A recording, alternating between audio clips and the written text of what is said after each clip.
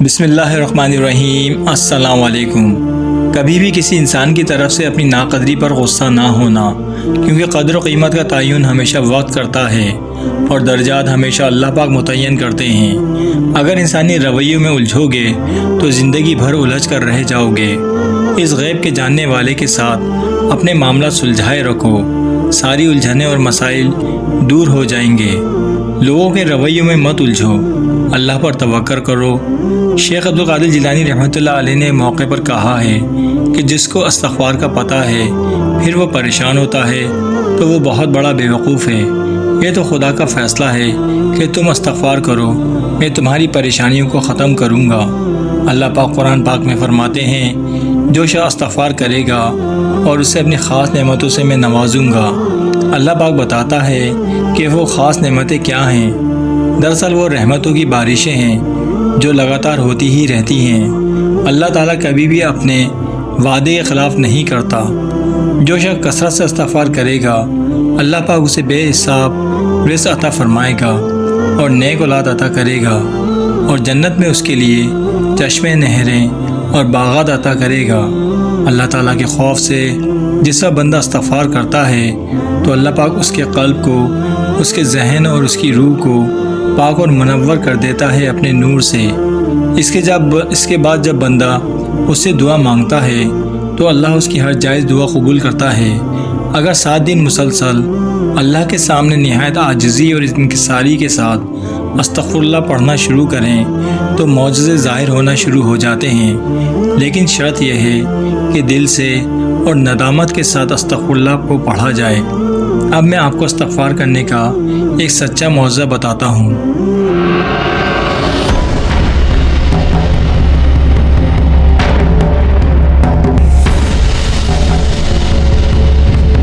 حضرت ابو عثمان کی دعا کا اثر۔ ایک روز آپ نے ایک شرابی کو دیکھا جو نشے کی حالت میں بدمست اپنی ہی دھن میں کہیں چلا جا رہا تھا، مگر اس نے جب آپ کو دیکھا تو نشے کی حالت میں بھی پہچان گیا اور مارے شرم کے اپنا سر نیچے کی طرف جھکا دیا۔ ابو عثمان کو اس شرابی کی یہ ادا بہت پسند آئی۔ انہوں نے شرابی کا ہاتھ پکڑ کر فرمایا، تو کہاں دھکے کھاتا پھرے گا، اس لیے بہتر ہے کہ میرے ساتھ چل۔ چنانچہ ابو عثمان نے اس شرابی کو اپنے ہمراہ لیا اور گھر لے آئے۔ اپنے ہاتھوں سے نہلا دھلا کر اسے کرتا پہنا دیا اور پھر شرابی نے دل سے استغفار پڑھا، اور پھر اس کے بعد ابو عثمان نے اس کے حق میں دعا فرمائی کہ اے اللہ، جو کام میرے اختیار میں تھا وہ تو میں نے کر لیا، اب وہ کام جو تیرے اختیار میں ہیں اسے تو انجام دے۔ ابھی آپ دعا مانگ ہی رہے تھے کہ شرابی کو یوں محسوس ہوا جیسے اس کا نشہ ہرن ہو چکا ہو، اور ایک اثر انگیز روشنی سے اس کے دل اور دماغ روشن ہو گئے ہوں۔ یوں لگتا تھا جیسے وہ اب کسی اور ہی بلند مقام پر فائز ہو چکا ہو۔ آپ کو اپنی دعا کے اس فوری شرف قبولیت پر خود بھی بہت حیرت اور مسرت ہوئی۔ حسن اتفاق سے اس وقت آپ کے ہم نام بزرگ صوفی ابو عثمان مغربی وہاں پہنچ گئے۔ انہوں نے جب آپ کے سامنے ایک شرابی کو کھڑے پایا تو وہ کانپ اٹھے۔ ابو عثمان سے دریافت کیا کہ یہ کون سے بزرگ ہیں، کیونکہ ان کی روحانی طاقت کے سامنے میں خود کو انتہائی بے بس محسوس کر رہا ہوں۔ ابو عثمان نے جواب دیا کہ جو شخص آپ کو بظاہر بزرگ نظر آ رہا ہے، چند لمحے پہلے یہ محض ایک شرابی اور بھٹکا ہوا انسان تھا۔ اس کے ساتھ ہی آپ نے انہیں پوری تفصیل بتا دی۔ سارا واقعہ سن کر ابو عثمان مغربی بے اختیار پکار اٹھے، اے ابو عثمان، آپ کی زبانی سارا واقعہ سن کر میں رشک اور حسد کی آگ میں جلنے لگا ہوں۔ یہ شرابی چند لمحوں میں جس کمال مرتبے پر پہنچ گیا ہے، میں پوری زندگی میں سخت عبادتوں اور ریاضتوں کے باوجود اس مقام کو حاصل نہ کر سکا۔ ابو عثمان نے مسکراتے ہوئے فرمایا کہ اس عمل پر تو میں بھی حیرت زدہ رہ گیا ہوں، لیکن اس سے میں نے یہ نتیجہ اخذ کیا ہے کہ اللہ رب العزت کی رحمت کا انحصار محض عمل پر نہیں ہوتا، بلکہ قلبی کیفیت اور دل سے کی ہوئی استغفار کا یہ کرشمہ ہے۔ میرے بھائیوں، صرف 7 دن استغفار پڑھنے کی فضیلت اور فائدے آپ خود اپنی آنکھوں سے دیکھیں گے۔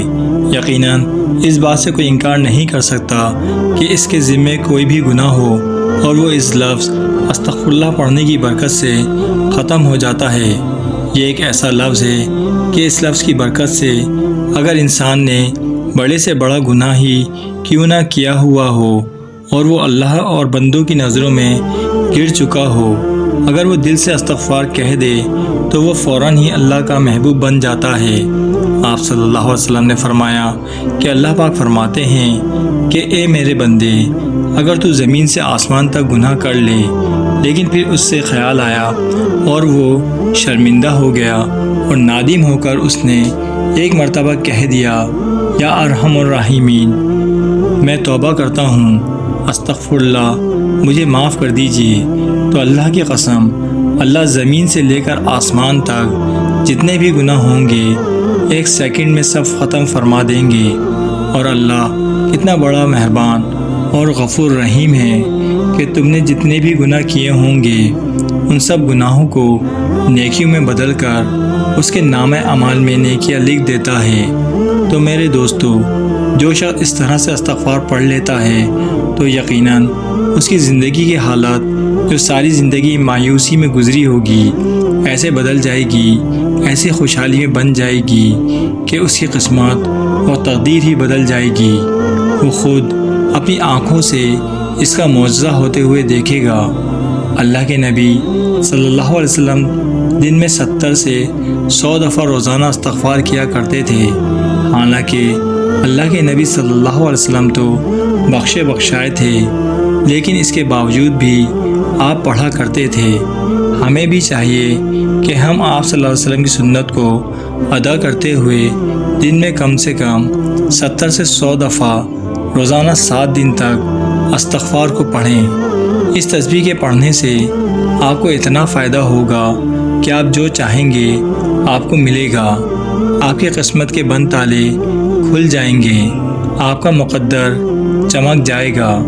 7 دن اس تسبیح کو روزانہ اپنی زندگی کا معمول بنا لیں اور وہ خود اپنی آنکھوں سے دیکھے گا کہ اللہ پاک اس کے جسم میں طاقت بھر دے گا، اللہ پاک اس کی ہر دعا کو قبول فرمائے گا، اللہ پاک اس کے گناہوں کو معاف فرما دیں گے، اللہ پاک اس کو بے پناہ دولت سے نوازیں گے، اللہ پاک اسے امیر بنا دیں گے۔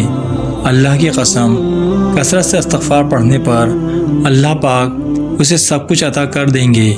یہ میں سب کچھ خود نہیں کہہ رہا ہوں بلکہ یہ سب قرآن مجید میں موجود ہے، اور آپ صلی اللہ علیہ وسلم کی کئی حدیثوں میں ہے کہ جو شخص اس تسبیح کو معمول بنا کر پڑھتا ہے اس کی زندگی میں تنگیاں ایسی نکل جاتی ہیں جیسے کبھی آئی ہی نہیں، اس کے ہر کام آسانی سے ہوتے چلے جاتے ہیں۔